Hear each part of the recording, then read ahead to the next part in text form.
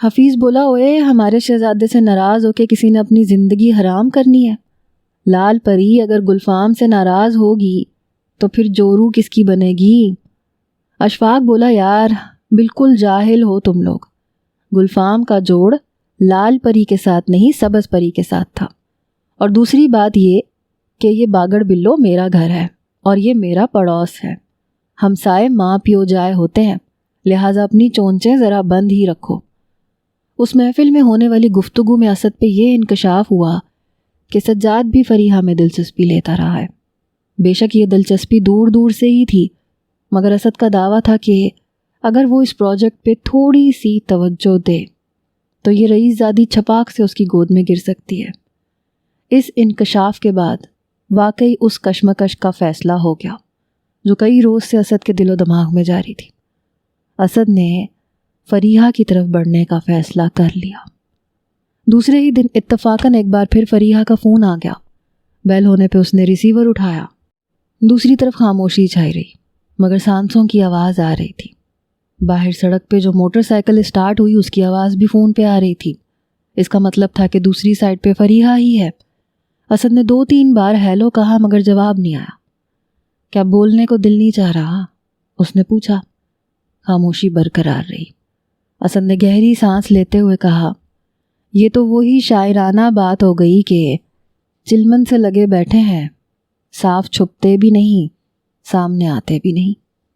سلسلہ منقطع ہو گیا۔ 2-4 منٹ کے بعد پھر بیل ہوئی۔ اسد نے ریسیور اٹھا کے پوچھا، ہیلو کون؟ ہیلو۔ دوسری طرف سے فریحہ کی مترنم آواز ابھری، کیسے ہیں آپ؟ بہت خراب، آپ نے گھن چکر بنا کے رکھ دیا ہے، ہر وقت آپ کے بارے میں ہی سوچتا رہتا ہوں۔ بالکل جھوٹ، میرے بارے میں سوچتے تو 6 گھنٹے کرکٹ کیسے کھیلتے؟ کون کافر کھیلتا ہے؟ میرے کرکٹ کا احوال تو کچھ قدیر صاحب سے پوچھو، ان کے سر پہ بال نہیں ہیں ورنہ نوچ نوچ کے گنجے ہو جاتے۔ ان کا خیال ہے کہ مجھے کسی نے تعویذ گھول کے پلا دیے ہیں جو مجھے گیند نظر ہی نہیں آتی۔